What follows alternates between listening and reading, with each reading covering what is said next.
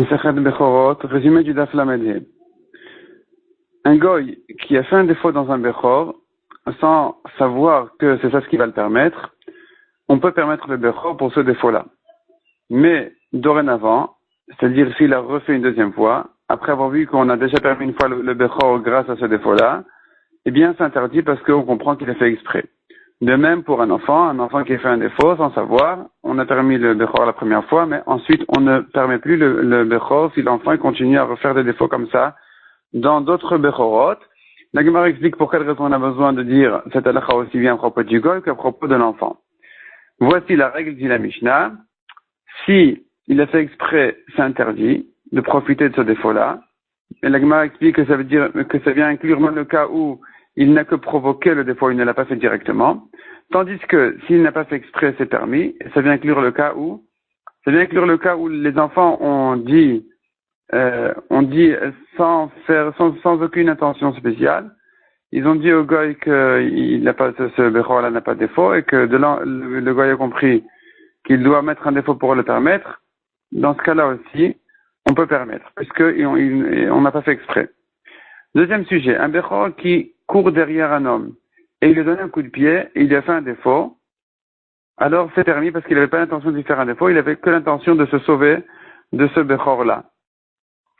La Gemara ramène une marloquette entre deux versions dans la Gemara. Est-ce que dans le cas où il a terminé de le poursuivre, le Bechor s'est calmé, et l'homme qui a été poursuivi par le Bechor, il s'est retourné, il lui a donné un coup de pied, est-ce que je dis que maintenant il n'a que l'intention de lui faire un défaut, puisque c'est fini, le danger est passé, et donc le Bechor est interdit pour ce défaut-là, ou bien je dis que dans ce cas-là aussi, il s'est vengé en fait, en voyant le Bechor, il a eu peur, et donc il lui a donné un coup de pied, et il n'avait pas du tout l'intention de lui faire un défaut, donc on peut le permettre.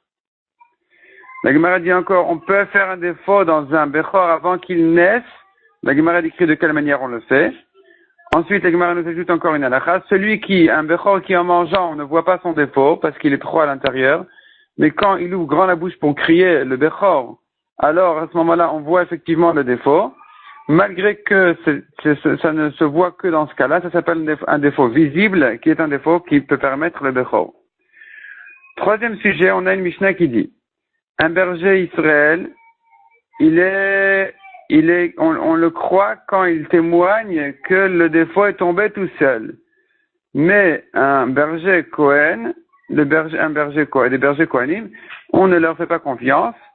La Gemara ramène une marloquette. Est-ce que ça veut dire le berger d'un Israël qui est Cohen, on le croit, et le berger d'un Cohen qui est Israël, on le croit pas, ou bien le contraire, c'est un berger qui est Israël, on le croit, un berger qui est Cohen, on ne le croit pas.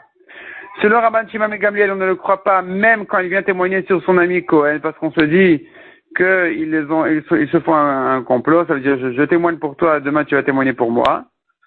Rabbi Meir pense que celui qui est soupçonné sur une chose, il ne peut pas témoigner dessus du tout. Et la Gemara explique que si on dit que Tanakama pense aussi comme ça, que le berger Cohen n'est pas cru, c'est-à-dire un berger qui est lui-même Cohen, on ne le croit pas. Alors qu'est-ce que Rabbi Meir vient ajouter sur Tanakama? Il faut dire que selon Tanakama, si il n'est pas son berger mais il est un Cohen de l'extérieur de la rue, on peut lui faire confiance. Tandis que selon Rabbi Meir, puisqu'il est Cohen et qu'il est soupçonné, on ne fait pas confiance du tout. La Gemara ramène justement là-dessus une marloquette entre trois Tanaïm, à savoir quand est-ce qu'un Cohen il peut lui témoigner.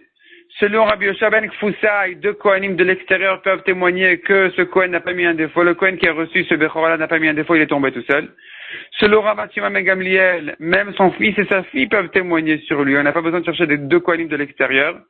Selon Rabbi aussi, sa famille non, mais de l'extérieur, il suffit d'un. On n'a pas besoin de deux Kohanim de l'extérieur pour témoigner sur ce défaut-là qu'on n'a pas fait exprès de le mettre, que le Kohen n'a pas fait exprès de le mettre. La Gemara ajoute aussi sur le Maaser, même le propriétaire, on lui fait confiance de dire que c'est pas lui qui fait le défaut est tombé tout seul.